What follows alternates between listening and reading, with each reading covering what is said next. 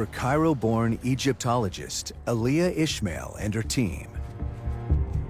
It's a real buzz in this place. People are coming from all over the world. Coming to the valley, it's amazing. I'm so proud to have such ancestry. It's one of the most famous necropolises in the world. And I think what is special is that it comes out of nowhere. Over 300 miles south of Cairo, in the heart of Egypt, lie the limestone cliffs of the Valley of the Kings. After 200 years of excavation, archaeologists have located 65 tombs hidden among the rocks. But only one has ever been found with its treasure still inside. It belonged to the pharaoh, Tutankhamun. This here is number 62, Tutankhamun, one of those great finds of the century. British explorer Howard Carter discovered Tutankhamun's tomb in 1922. One of his teams spotted steps leading down through the sand. They led to the tomb entrance, buried beneath feet of rubble and debris. What Carter found inside inspired archaeologists for generations to come. Deep inside the mountains, amid a maze of tunnels that bored deep through the rock, Carter reached the tomb of Tutankhamun, hidden right in the center of the valley. Inside, he found treasures unlike anything ever seen before. Over 5,000 priceless artifacts, including golden statues. In the burial chamber, the pharaoh's mummy, wearing a golden death mask, was placed inside a coffin made of more than 200 pounds of solid gold. This intact tomb made Tutankhamun the most famous of the pharaohs. Now, Aliyah is investigating this golden pharaoh's life. Wow. And why his tomb remained hidden for so long. Aliyah's team has been scanning and documenting the tomb for the last 10 years, and they've made a remarkable discovery. The idea here is to understand what's going on when you look at the data void of color. The scans strip away the paint on the walls to reveal unusual markings. This is the main scene, and here is the 3D of the north wall. So as you can see here, the silhouette of an image, and this would have been done while they were painting. The images show the indented outline of the face hidden below. It's caused by the tip of the paintbrush if you start painting when the plaster is still wet. This is why the brushes would have made a very light impression, and this allows us to understand that it was rushed. But why would the tomb builders rush such an important job? The pictures on the wall reveal another set of clues. Despite becoming the most famous pharaoh of ancient Egypt, Tutankhamun did not have a lengthy reign. He was only a 9-year-old boy when he became king, and relied on trusted advisors to help rule his vast empire. As Tutankhamun grew older, he was known to portray himself as a warrior king, riding into battle on a chariot. But the boy king suffered from multiple illnesses, including malaria. He was only 19 years old when he unexpectedly died. هو هنا بقى الأبيض. يعني هو الأبيض. Aliyah thinks the marks her scans reveal in the plaster are evidence of a hurried burial due to Tutankhamun's sudden death. The decorated part of the tomb is very small. It's only the burial chamber. The rest of the tomb is not decorated. If they had more time, all of this was going to be decorated. While the tomb's construction may have been rushed, its treasures were everything a pharaoh could desire to take him into the afterlife. So why did this tomb lay hidden below a layer of rock for thousands of years when all the other tombs in the valley were looted? To solve this mystery, Aaliyah will turn to new technology as she moves her investigation out into the valley. 300 miles north, in Giza, in the shadow of the pyramids, the biggest treasure haul in history is getting a new home. A $1 billion museum and research center. When completed, the Grand Egyptian Museum will reunite all of Tutankhamun's treasures in one place for the first time in 100 years. Having all of the pieces from the tomb of Tutankhamun together in one place, this will be a fantastic chance to find new facts, new hidden things about Tutankhamun.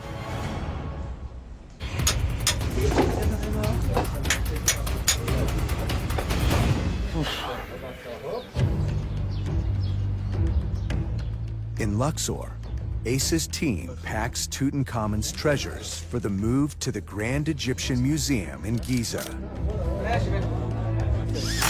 But in the storeroom, Asa is ready to open Carter's long-lost box to discover what's inside.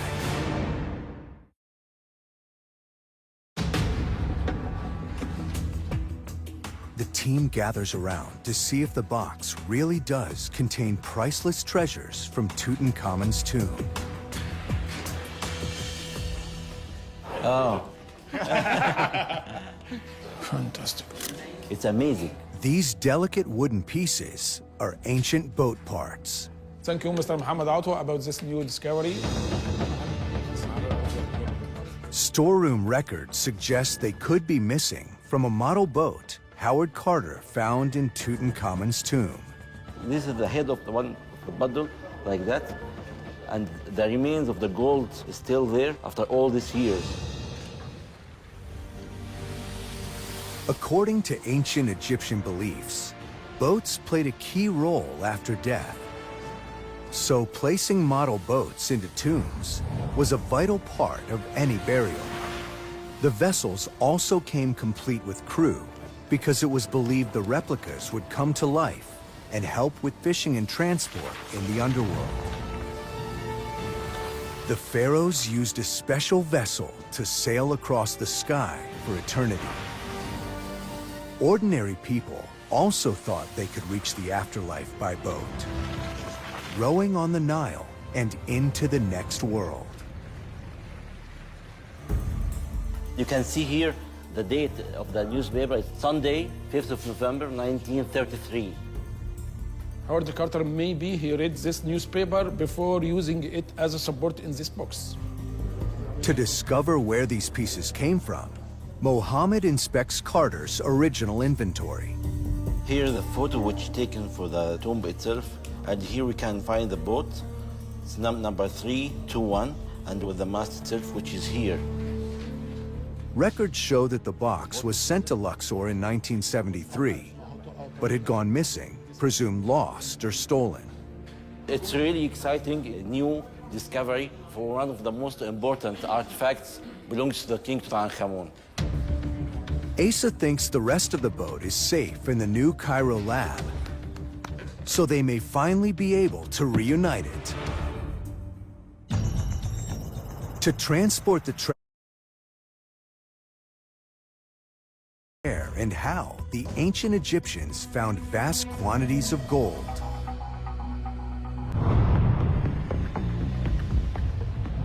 "50 miles south of the Valley of the Kings, on the edge of the Eastern Desert, and archaeologist John Ward are on the hunt for the origins of Tutankhamun's gold. So I'm going straight. What are you waiting for? A traffic signal? The Eastern Desert covers 85,000 square miles of remote, barren wilderness. Some of the rock here contains tiny grains of gold locked inside. Thomas has studied ancient gold mining techniques for 7 years. Now he wants to see if he can find any evidence of it. But this part of the desert is a risky place to be. The thing is, we need to leave before dark because it's not safe if we are staying there, because we can lose our way, we can have an accident, and it's also at the sunset that all the snakes are going out. Snakes? Yeah, vipers. No one told me about. They are on vipers, yeah. The first stop, an ancient well. It could provide clues to the location of mining communities during the time of Tutankhamun. This is the well just in front of us, yeah. It's dry. My God, that's a long way down. The well might be dry today, but it was so important to the ancient Egyptians, they built a temple to honor it. It's beautiful, isn't it? They've actually applied a plaster gyp ceiling and then applied the paint. Amazing. The text engraved on these walls reveals clues about the gold miners and where they were heading. Ancient engineers built a network of wells and rest stops stretching all the way across the desert, each a day's walk from the last, enabling travelers and miners to safely cross and explore the barren desert.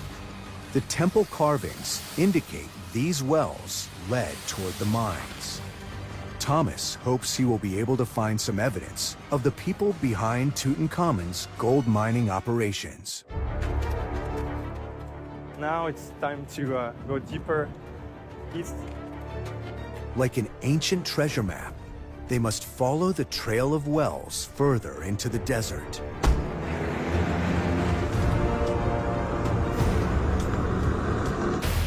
In Aswan, at the ancient burial site of Kubet al-Hawa, Alejandro is about to open a 4,000-year-old tomb.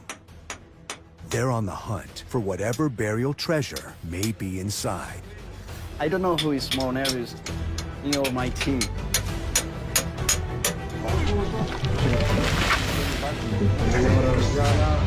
I want to go now.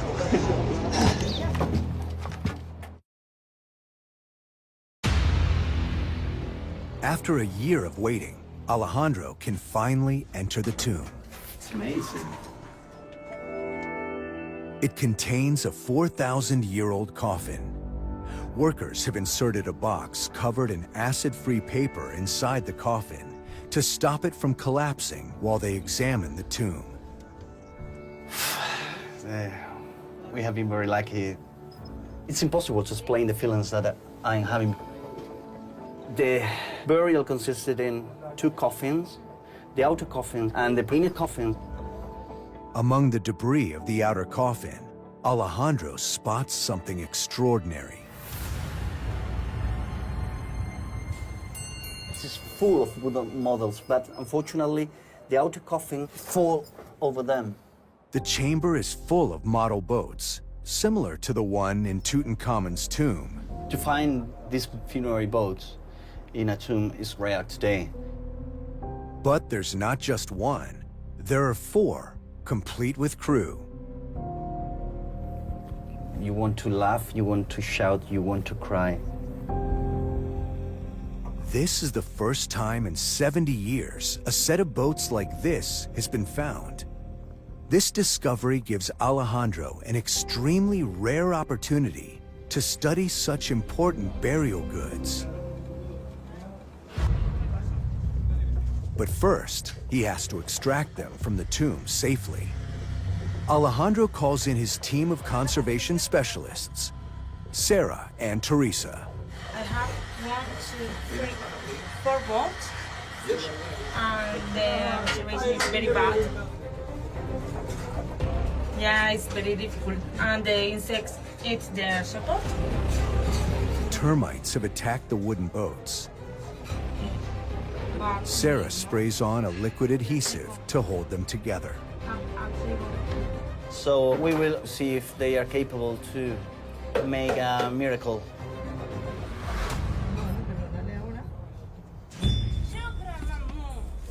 They prepare a foam-lined cradle to support the boat for the move to the team's restoration lab. But the wooden hull is stuck to the tomb floor. It'll require surgical precision using scalpels to free it. From the tomb to the restoration lab, we are talking about perhaps 40 meters. But today is very windy, which is very, very aggressive. We could not see. The ancient boats are extremely fragile.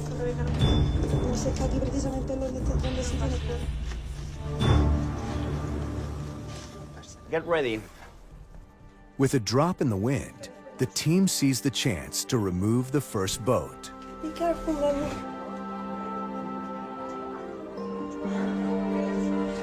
Cuidado con la parte de adelante.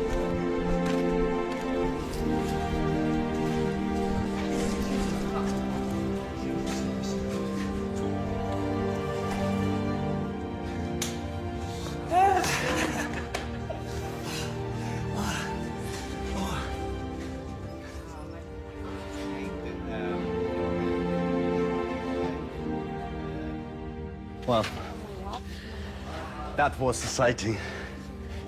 One of the best moments in my career. Have 1, 2, 3, 4, 5, 6, 7, 8. 8 person. Will take many weeks to clean it and fix the pieces that were broken some centuries ago. While the team gets to work on the boat, Alejandro can finally open the coffin to see who and what is inside.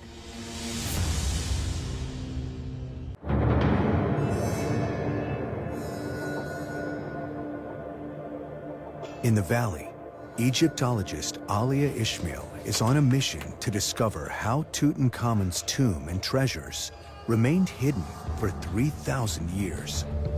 A lot of robberies were going on in ancient times and modern times, but it seems that this particular tomb was not found. How was it not found?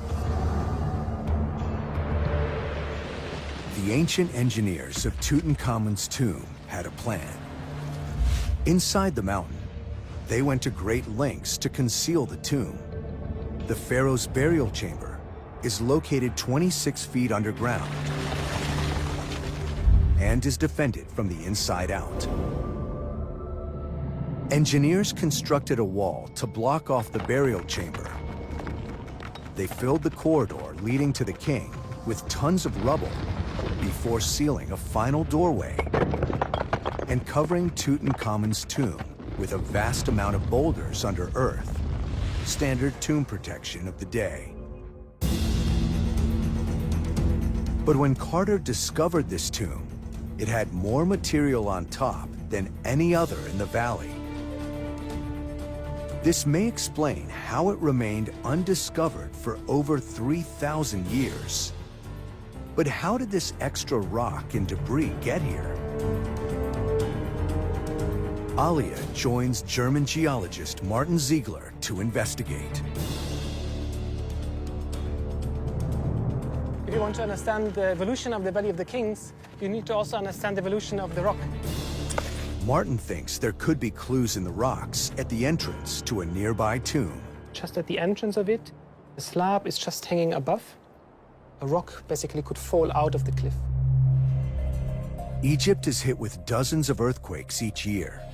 So Martin's installed a seismometer to measure any vibrations that could trigger rockfalls. With this one, we calculated to be away about 600 to 700 kilometers from the Valley of the Kings. What if an earthquake were to happen like much closer to the Valley of the Kings? How would it affect it? A very big earthquake could destabilize some rock portions. So when you look in the history of recorded earthquakes, the historic timescales, let's say the thousands of years, we have some records of earthquakes of that type of magnitude. So could rockfalls caused by earthquakes 3,000 years ago account for the extra tons of rock that covered the entrance to Tutankhamun's tomb? From the geological past and the historic point of view, we could have rockfalls or rock slides that are triggered by earthquakes, covering tombs. But there are no cliffs directly above Tutankhamun's tomb, so it wouldn't have been hit by a direct rockfall. How did so much extra material travel down the valley and completely cover the entrance to the tomb? To solve this mystery, Alia and Martin must take to the air.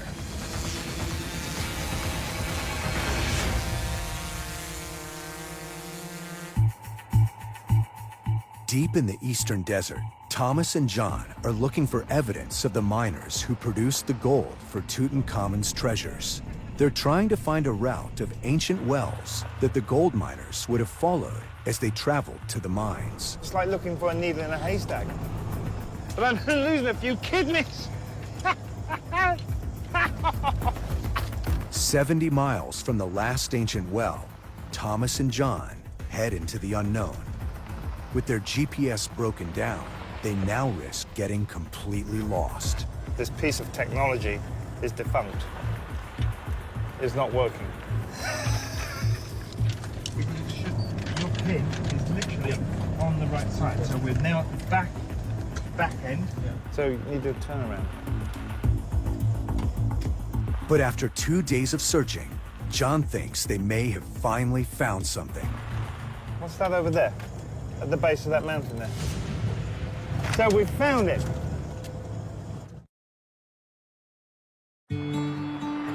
Okay, so it looks that we found a very interesting place here. It's a settlement. It may look like scattered stones and debris, but to Thomas's expert eye, he can see the outline of ancient buildings.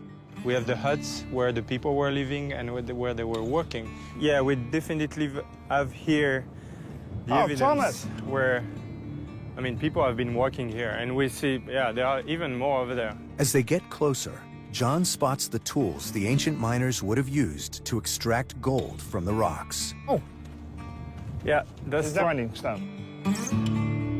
That's a pounder. Yeah, that's a pounder. Yeah, exactly. That's what they would break. Yeah, they will. The quartz with. Yeah. It's the remains of an ancient gold mining camp. I mean, how many people are we talking? 20, 30? Yeah, maybe there were like families living here. Thomas has studied ancient mining techniques for years, but seeing this evidence firsthand brings home the hardship the miners endured. You start from a piece of quartz like this and you want to make powder out of it, so you need to crush it. You have to imagine how much pain it takes just to break a single piece of quartz, doing that like all day long in the sun, pounding and pounding and grinding and grinding and doing that for years.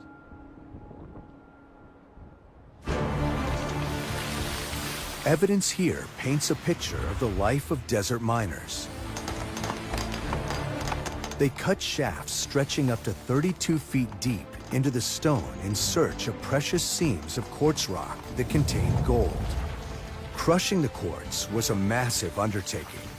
Mining experts have calculated that a team of 20 people would take a week to process enough stone to make just a spoonful of gold. That's heavy. Seriously? Sadly, there is very little evidence left of these ancient mines.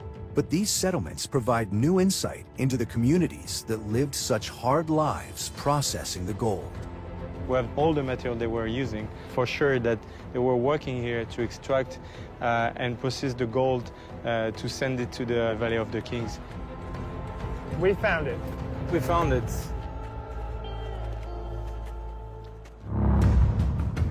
In Aswan, Alejandro's team prepares to remove the coffin from the tomb they've opened. Inscriptions reveal it belongs to a man called Shumai. They have just struck the lid of the coffin of Shemaim. Rebecca, you are the first person that is looking at Shemai's face in 4,000 years.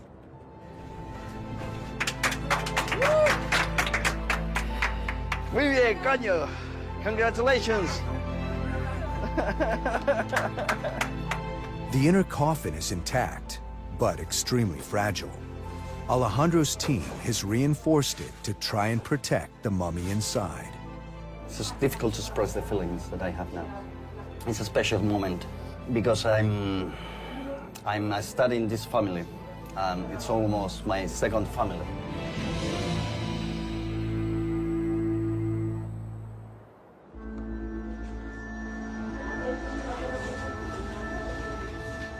In the restoration lab, the intricate beauty of the model boats is starting to appear. Termites have eaten much of the wood, but their excrement has actually helped hold parts of the boat together for thousands of years. We have some parts that are still in a very good state of conservation. This head of the man, it is covered with the excrement of the termites, but the wood is still visible. Alejandro has spotted a figure distinct from the other carvings. We can see in the middle of the boat yellow face which belongs to a mummy, which would represent Shemai. This exceptional discovery will help archaeologists understand the evolution of burial practices in ancient Egypt. I was dreaming always to discover something like this. It's a dream that came truth. Alejandro's next task is to bring Shemai's mummy above ground for the first time in 4,000 years.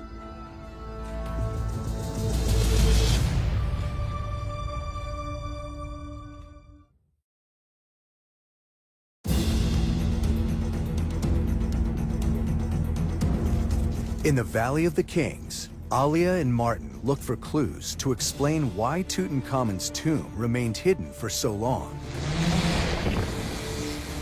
They've got special permission from the government to use a drone to get a unique perspective on the position of Tutankhamun's tomb. There we go. If you look down, we should be over the Tutankhamun entrance right now.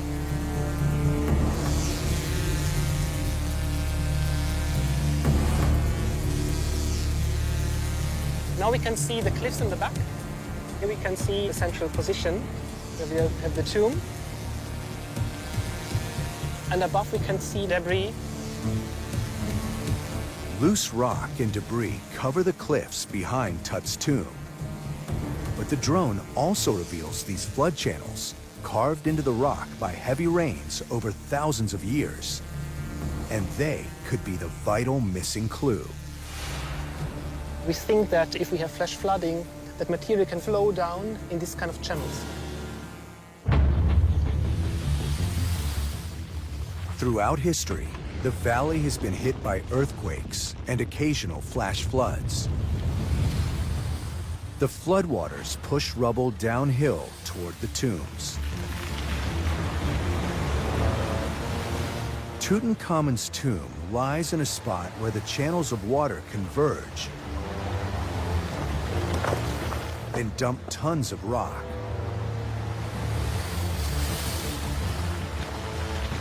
This, combined with stone chippings from a tomb built above, buried the entrance deeper and kept it hidden for over 3,000 years. It's very exciting for me as an Egyptologist to see Tutankhamun's tomb from up here and see how it fits within the valley. It is the prime location. It is the one that was most protected. He got the most sheltered tomb of all.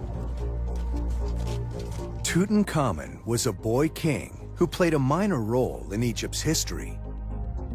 But because his tomb remained hidden for thousands of years, his treasure was kept safe from robbers and made him the legend we know today.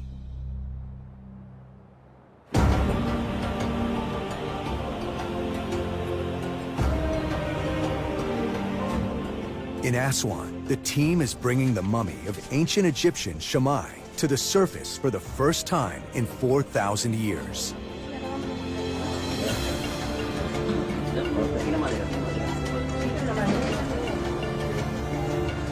This is the culmination of 10 years of fieldwork for Alejandro and an incredible opportunity to learn more about Shemai.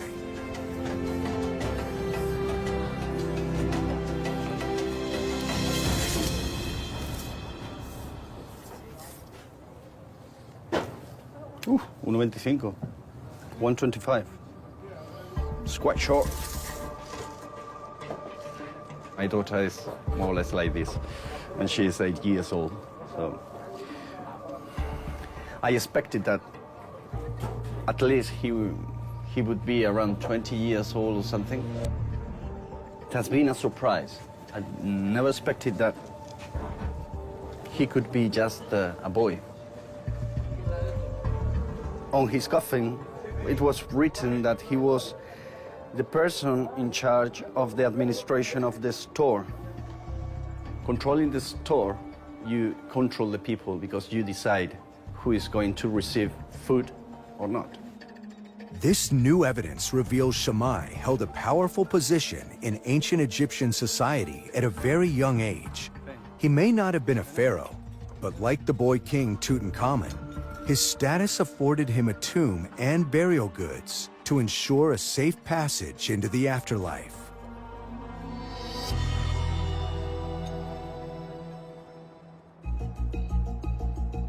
It's taken 12 hours, but finally, Asa and his convoy of Tutankhamun's treasures arrive in the city.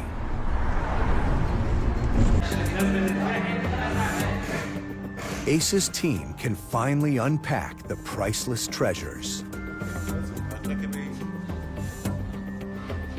Scientists and Egyptologists can now begin to study and analyze each item in their new high-tech lab. Top of the list are the newly discovered boat pieces. We check now in our database which of them may be related to any boats here in the storeroom. For almost 100 years, the boat that was buried alongside Tutankhamun to help him travel into the afterlife has been missing its mast. This one. In the middle, the cabin. Exactly.